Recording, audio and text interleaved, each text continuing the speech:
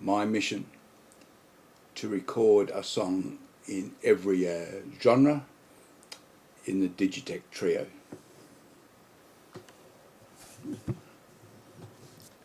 Sorry for being so boring. I start every chat video now with that, just in case anyone watching isn't aware what I'm up to.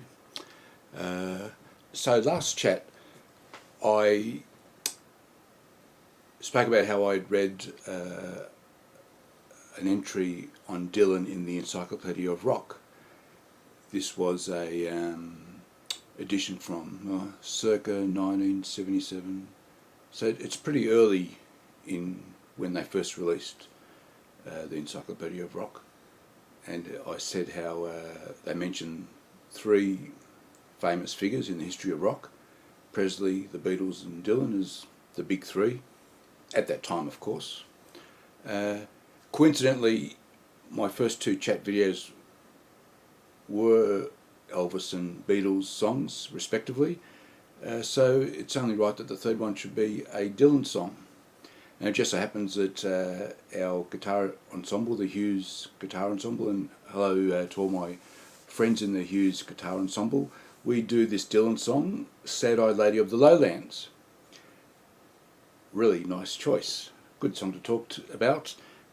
Also because it happens to come from, I've got a few Dylan albums here behind me.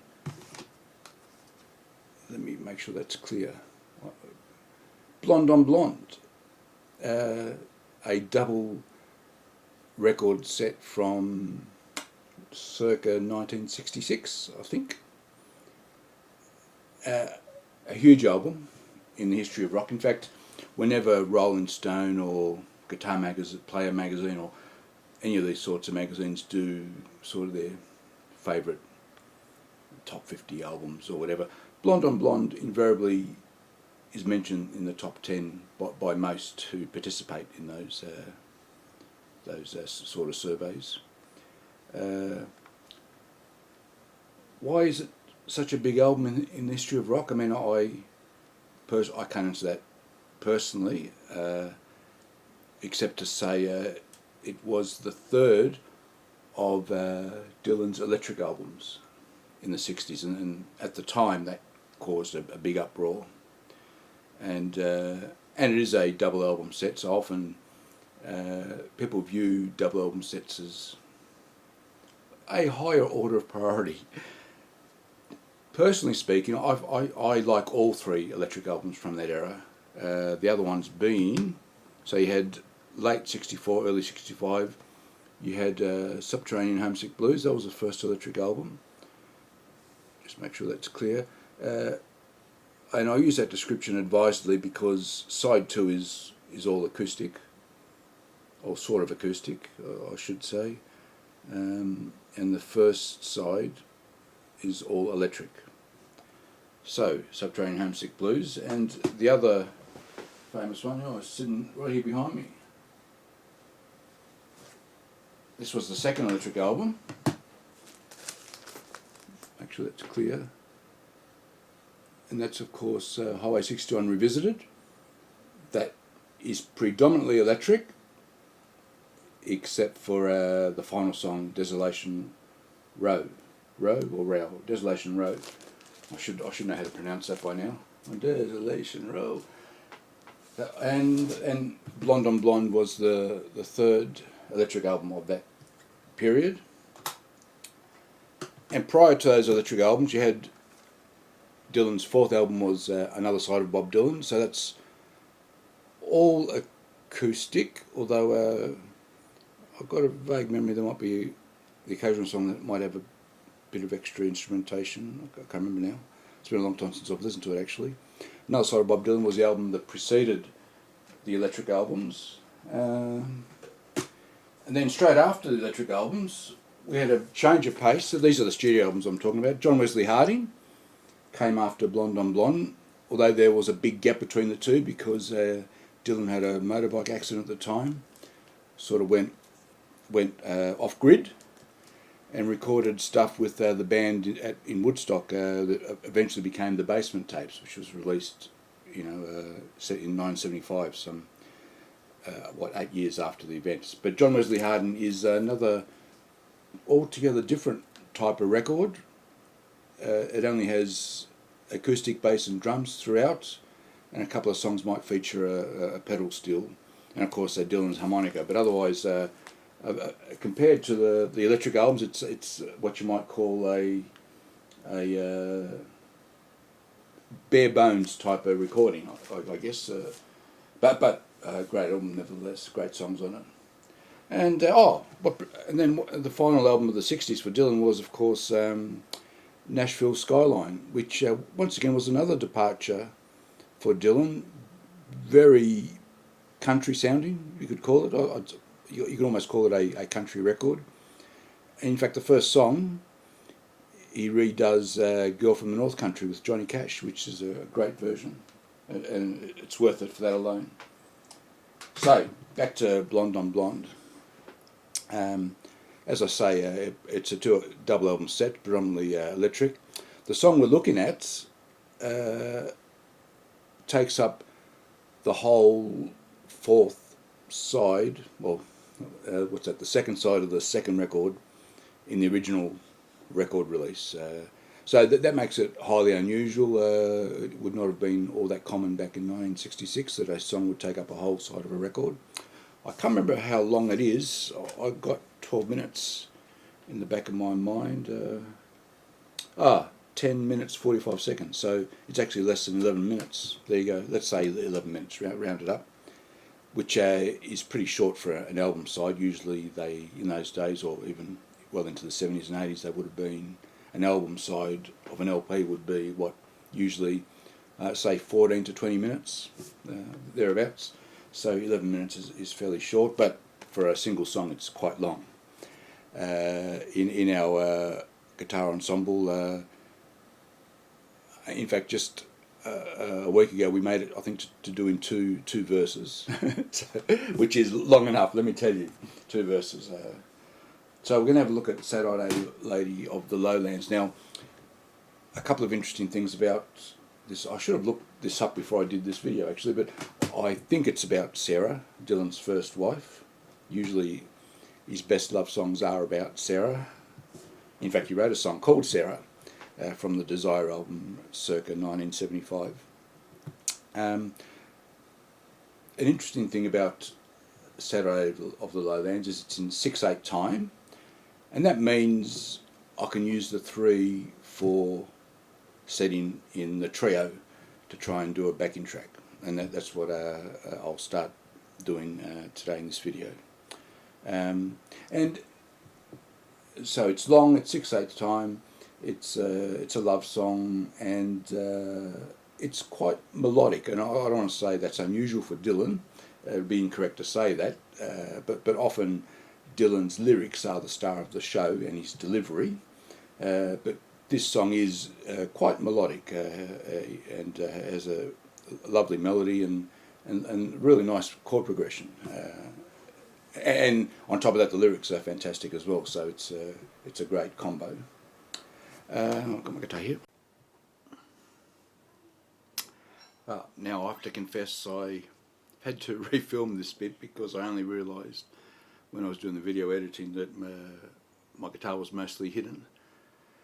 So still getting used to all this sort of stuff. So apologies about that. It might end up looking and sounding a bit disjointed.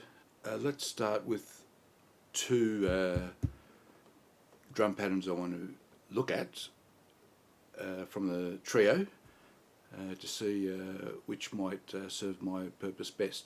So the first one is blues setting number 10, and once again I'm using the 3/4 settings, 3/4 time settings in the trio, of which there's usually 3 per genre. So this is blues number 10.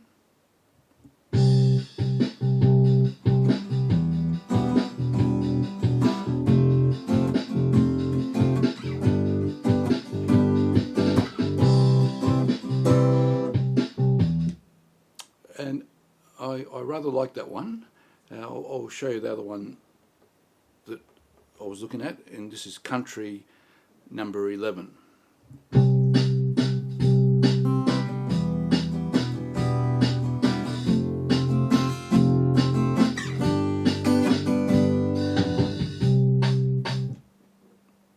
For mine, that sounds a little bit too waltzy, and I don't like the snares for each cycle. So I probably am going to run with that blues number 10. We'll see if we can make that one work. So, Sad-Eyed Lady of the Lowlands. One thing about this song, it's one of those songs that you can sort of play a melody line while you're doing strumming the chords.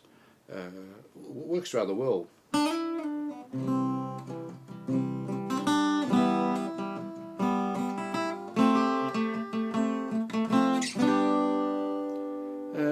And you do that cycle again, and then you can, even when it goes higher, you can keep going.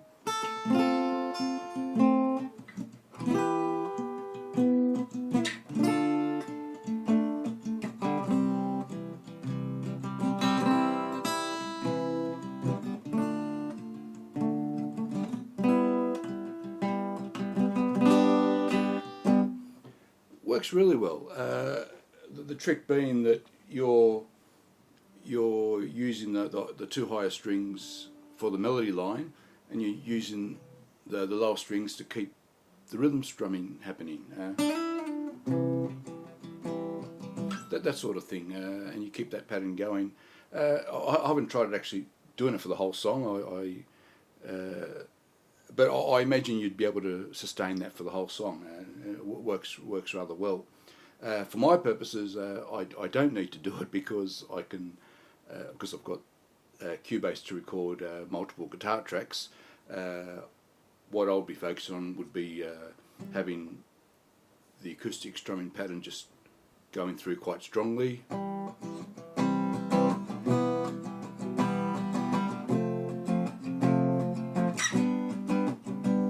Going quite strongly, and using another guitar track to do the melody line along with that. So I'd have one or two acoustics doing that. I am thinking about going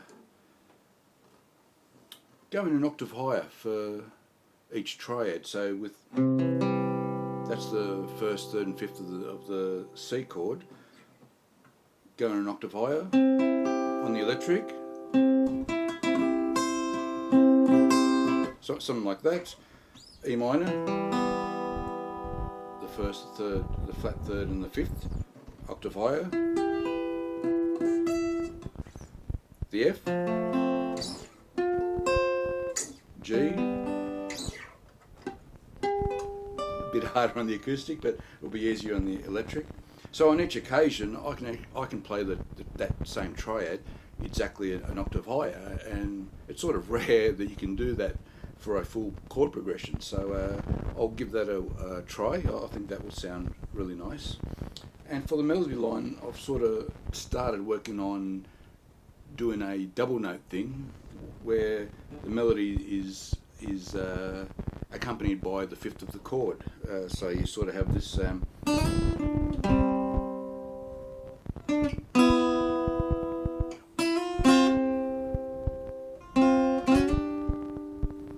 then when you get to the higher bit, I've now introduced the F, so that's the root of the F as the accompanying note, and then the E, and I'll go down a step.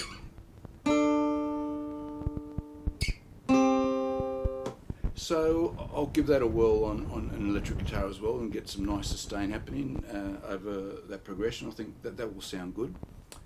And I've been thinking, and once again, I haven't tried out any of this fully, but I've been thinking I could accompany that with the acoustic guitar playing roughly the melody line, the same melody line, an octave lower, and using the A string. So you'd end up with something like.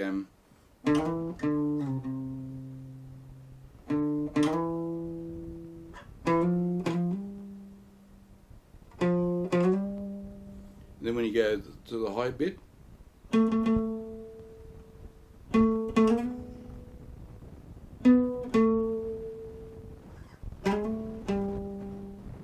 something like that, all on the A string, which gives a nice sort of cello effect, I think. So I'm looking for, and that will be on the acoustic. So that's 4 different guitar parts, 2 for the electric, 2 for the acoustic, which I think will meld nicely together. That's what I'm hoping, at least. What else have we got in this song? It's got a couple of nice little runs. Let me try that again.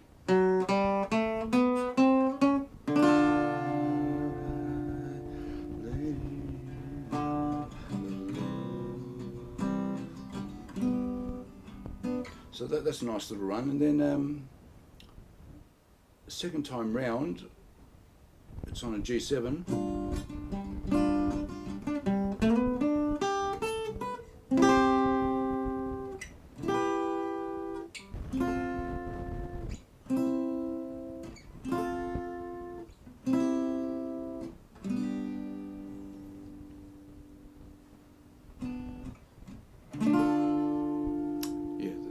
Very nice. So you have a nice little run, you have that nice little melody line, chord progression, G for 2 bars, and then it comes into the D minor, which is a really nice progression. At this point there's a little interlude, so I'm going to try a little bit of a different strumming pattern for where there's a G D minor interplay for a couple of bars as an interlude before the final line of the chorus comes in. And so I'm going to try something like this. And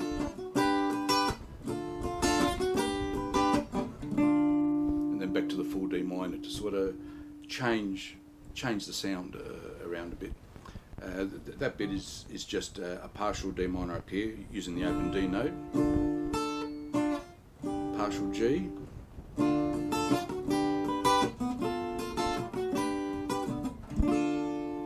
and then a full D minor, barred on the 5th fret. So yeah, I haven't put it all together for the full song yet. In fact, I haven't done the full backing track on the trio.